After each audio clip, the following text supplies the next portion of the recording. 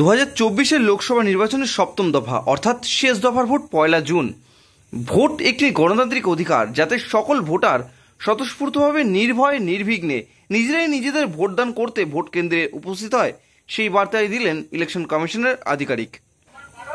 আমরা আপনাদের জন্য ভোট কেন্দ্র সুন্দরভাবে প্রস্তুত করেছি, সব রকম ব্যবস্থা রেখেছি। আপনারা আপনাদের ভোট কেন্দ্রে গিয়ে দিন। আমরা আপনাদের সঙ্গে আছি, পাশে আছি। আপনারা শান্তিপূর্ণভাবে আপনারা পরপর গিয়ে ভোট দিন। আর আশা করি কোনো রকম সমস্যা হবে না।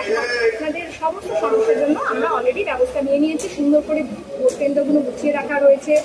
এছাড়া আমাদের পোলিং পার্সনরাও খুব সুন্দরভাবে তারা প্রস্তুতিও নিয়েছে এবং অলরেডি পৌঁছেও গেছে। তারা আপনাদের জন্য রয়েছে, আমরা রয়েছি নির্বিঘ্নে। আপনারা আপনাদের যে গণতান্ত্রিক অধিকার, আমার ভোট আমার শক্তি, সেটা অবশ্যই প্রয়োগ করুন।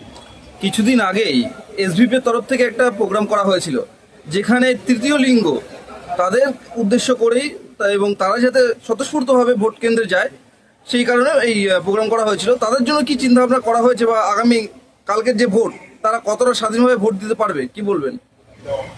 তারা ভোট দিতে পারবে অবশ্যই। হ্যাঁ, এবার এখনো পর্যন্ত আমরা আলাদা কোনো লাইনের ব্যবস্থা করে উঠতে পারিনি, কারণ আমাদের লাস্ট মুভমেন্টে জানা গেছে। অবশ্যই সেই বিষয়টি আমি উচ্চতর কর্তৃপক্ষকে জানিয়েছি। তারাও তাদের সাংবিধানিক অধিকার প্রয়োগ করবেন। অলরেডি তো থার্ড জেন্ডারের অপশন রয়েছে এবং তাদের কাছে সচেতন করার জন্য আমরা পৌঁছে দিচ্ছি। তাদের কথা ভেবেছি বলেই গেছি।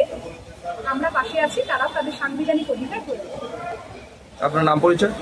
Manjula Bose, lady extension officer of mass education extension.